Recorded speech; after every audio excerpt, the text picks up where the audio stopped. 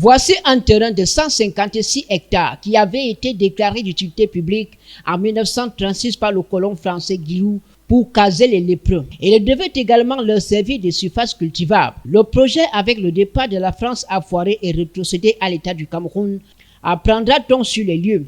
Une fois entre les mains des Camerounais, une grosse machine de mafia à la sicilienne va débuter par un projet dit de construction de 5000 logements sociaux.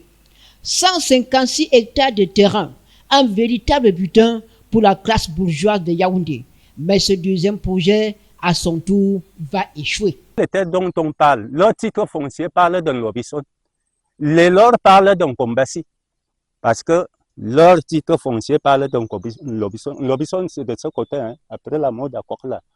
Alors, ici, c'est un Kombassi. Je m'en vais donc chez le chef. Le chef me dit que le type là a dit qu'il ne veut pas les problèmes. L'État avait pris leur terre en Gousso. Là, on a construit l'hôpital général. Et qu'il veut qu'on se rencontre. On est donc reparti le lendemain matin. Le monsieur est venu. Au moment où il arrive, il dit au chef que on les a pris les terres en Gousso quand on a construit l'hôpital général.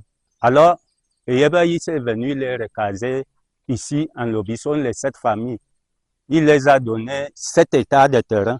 Et quand il veut venir exercer les travaux sur ces parcelles de terrain, je l'ai poursuivi avec la machette. Et lui, il est venu à ce que, comme je dis que j'ai les titres fonciers là-dessus, je présente mes titres fonciers. Lui, il saura comment poursuivre encore l'État. Il sort donc leur titre foncier qui parle d'un lobisson. Ils ont fait recours au ministre des Domaines en 2023, alors que leur grosse parle a été rendue verdict en 2020. Ils font encore recours au ministre de l'Urbanisme. C'est là où il finit donc sa parole. Et c'est là où je lui dis donc qu'il faut souvent dire les vérités aux gens. Ces choses font ce que vous êtes en train de dire. Nous sommes au lieu dit Kombassi, dans l'arrondissement d'Onkola-Pamba, département de la Mofou-Iapamba, région du centre. C'est à un jet de pierre, Yaoundé, capitale politique du Cameroun. L'espace coloré s'appelle la léproserie d'Onkombassi. Plusieurs cadres administratifs, hommes politiques, grands commerçants, géomètres, hauts gradés de l'armée, étrangers ou pas, se sont jetés sur cette parcelle de 156 hectares de la léproserie d'Onkombassi comme des vautours autour d'un cadavre. Et ceci au grand mépris des propriétaires de ce terrain. D'après les témoignages, le projet de 5000 logements sociaux ayant échoué, les populations autochtones avaient saisi le chef de l'État pour que leur terre leur soit rétrocédée. Cette saisine du chef de l'État avait connu, dit-on, une suite favorable à la grande surprise de Tout-Puissant. Suivez mon regard. Décidé à faire de ces 156 hectares de terrain leur propriété privée, le découpage du gâteau va commencer avec l'acquisition des titres fonciers jugés faux par les véritables propriétaires. On doit parler de la famille Belibi, mais il ne s'agit pas seulement de la famille Belibi. Ici, il s'agit d'un problème général.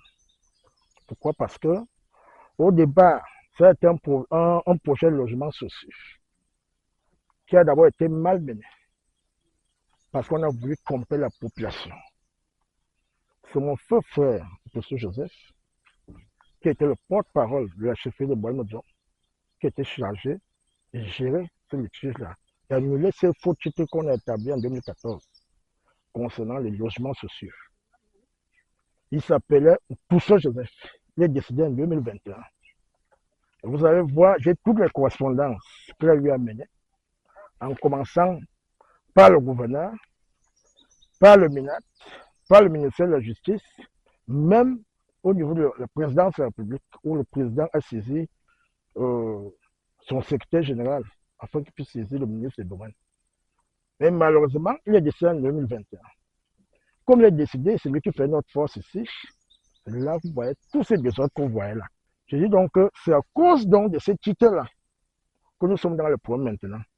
Parce que c'est dans ces titres qu'on puise les rétrocessions pour donner aux étrangers sur nos terres. Parce que quand on dit rétrocession, rétrocéder, je pense qu'on redonne ce qu'on a pris chez toi, on te redonne.